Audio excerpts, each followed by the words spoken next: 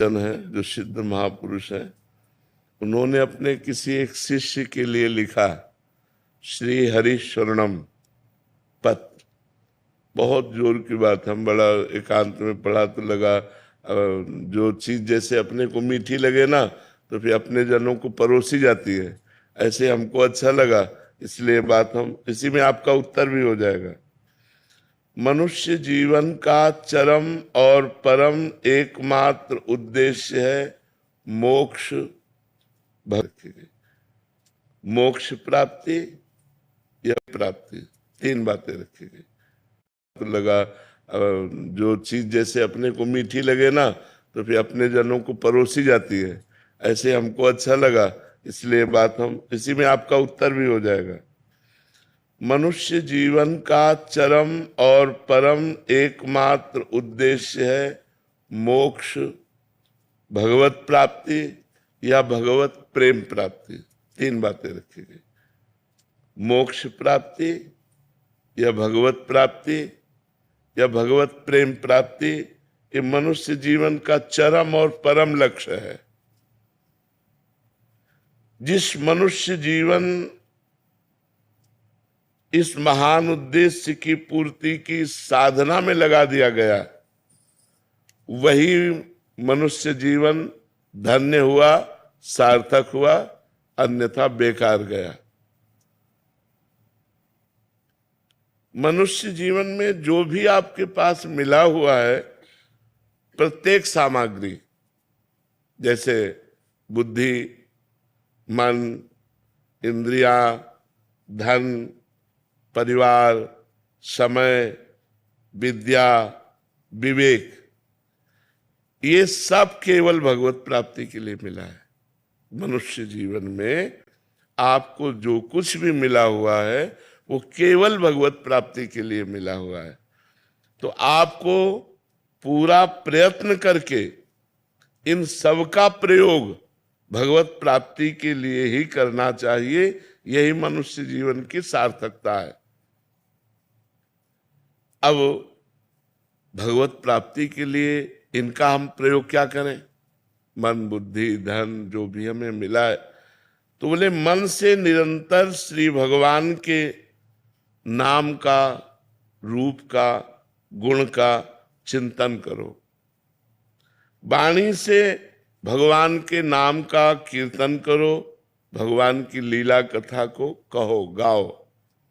और शरीर से जितने भी कार्य होते हैं, जो भी कार्य होते हैं, वो सब भगवान की हम पूजा कर रहे हैं, ऐसी भावना से उस कर्म को भगवान को समर्पित कर दो।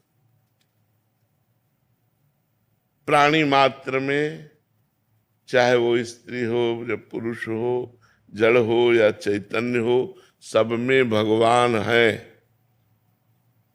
ऐसी भावना से अच्छी तरह जो तुम्हारे सामने आ जाए उसकी सेवा करो।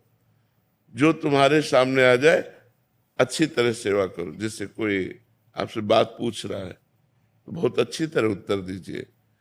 कोई बीमार है, हो सके तो आप उसकी अच्छी सेवा कीजिए। सब में भगवान विराजमान है। कोई प्यासा है, पानी ला के दे दिया। हम यात्रा में जा रहे हैं, बैठे हैं हम अपनी सीट पर, रिजर्व सीट है, लेकिन कोई हमें वृद्ध दिखाई दे रहा है, हम खड़े हो जाते हैं, उसे बैठा देते हैं। सब में भगवत भावना करके कि हमारे भगवान सब जीवों में विराजमान है। जहां जैसी जिसको आवश्यकता हो अच्छी तरह से सेवा करो। समस्त जीवों में भगवान विराजमान है, ऐसी भावना करके यदि सेवा करोगे तो तुम्हारे हृदय में भगवान प्रकाशित हो जाएंगे।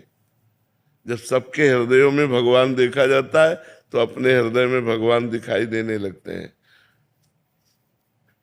सदा सबकी यथा योग्य सेवा करनी चाहिए, पर किसी से अपनी सेवा नहीं करानी चाहिए।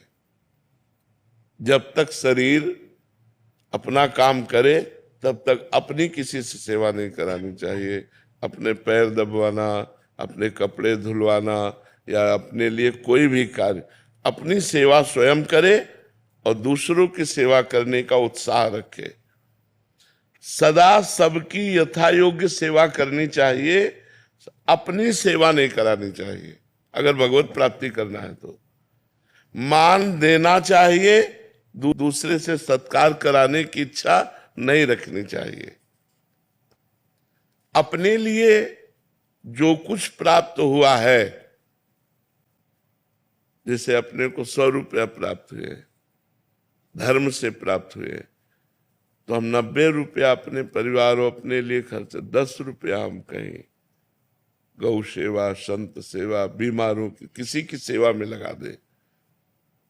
दूसरों को उदारता पूर्वक अपनी वस्तु का प्रयोग कराना चाहिए। उदारता पूर्वक अपने पास 4 रोटी है, 1 रोटी ली, चिड़िया, गाय, कुत्ता किसी को दे दिया, ये रोज का नियम रखना चाहिए। अपने पास जो कुछ है सब भगवान का है, ये जान करके भगवान ही मेरे सामने इस रूप में आए हैं और उनकी ही दी वस्तु उनको हम दे रहे हैं, इसमें मेरा कोई कहीं भी किंचन मात्र अभिमान जागृत नहीं होना चाहिए कि मैंने किसी को वस्तु दी। भगवान की दी हुई वस्तु भगवान को ही दे। तो दीयम वस्तु गोविंदम तो ब्रह्मेव समर्पय। बहुत सुंदर बात है, अध्यात्म की है। अगर हम दूसरों का उपकार करते हैं, दूसरों को वस्तु देते हैं, दूसरों की सेवा करते हैं, तो हमें नम्रता बढ़नी चाहिए, अभिमान नहीं। नम्रता बढ़नी चाहिए, अभिमान नहीं। हमने उनको ये दिया, हमने वो सेवा की, हमने इतने बीमारों की सेवा, एक तरह का अहम पुष्ट हो जाता है इसमें भी। तो कह रहे अभिमान नहीं आना चाहिए, नम्रता आनी चाहिए और हर समय प्रसन्नता बढ़नी चाहिए कि हमारा जीवन भगवान की तरफ जा रहा है। किसी को कोई वस्तु देकर उसके बदले में लेने की कोई कामना नहीं होनी चाहिए, कुछ भी नहीं। आपकी वस्तु थी, आपको दे दिया हमें, हे भगवान तो दियम वस्तु गोविंदम तो ब्रह्मेव समर्पय। कुछ बदले में लेने की चाह नहीं होनी चाहिए। अपने लोगों की चाह होती है, इतनी तो होती है कि वो मुस्कुरा के हमको धन्यवाद कहे। संसार के भोगों में सुख है, ये बात धीरे धीरे मिटा दो। अगर भगवत प्रेम प्राप्त करना है, मोक्ष प्राप्त करना है या भगवत प्राप्ति करना है, ये धारणा जब तक नहीं मिटेगी तब तक संसार के भोग हमें आकर्षित करेंगे और वो क्रियाएं बनेंगी जिससे भगवत विमुक्ता रहेगी, न भगवत प्राप्ति होगी न मोक्ष। इसलिए संसार में सुख है, ये धीरे धीरे धारणा हटाओ। भगवान के नाम में सुख है, भगवान की लीला में सुख है, भगवान के गुणों में सुख है, भगवान के धाम में सुख है, ऐसी भावना करो। ये संसार दुखालय भगवान ने कहा है, इसमें सुखों की लेबिल लगा के दुख बिकता है। लगता है सुख है लेकिन होता दुख है। असुखम दुखालयम दुख योनयः, ये शब्द संसार के लिए कहे गए। असुखम, इसमें सुख नहीं है। दुखालयम, ये दुख का आलय है। दुख योनया, इसमें जो भी भोग भोगोगे परिणाम में दुख ही प्राप्त होगा। इस विचार से भगवान में सुख है, ये अंदर भावना बैठा लो, तभी भजन बनेगा। नहीं तो जिसका सुख बुद्धि संसार में होती है तो वही मन जाता, वही चिंतन जाता, भजन नहीं बनता।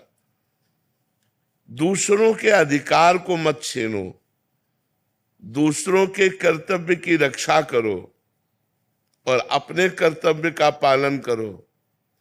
इंद्रियां बहिर्मुख मत रखो, अंतर्मुख रखो। सावधानी पूर्वक निरंतर भगवान का नाम जप करो।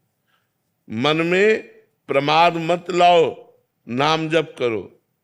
सदा उसको जबरदस्ती भगवत चिंतन में लगाए रखो मन को। मन के द्वारा जिसका भगवान नाम जप होता है, शरीर के द्वारा जिसकी भगवत सेवा होती है, वो निश्चित भगवत प्राप्त हो जाता है।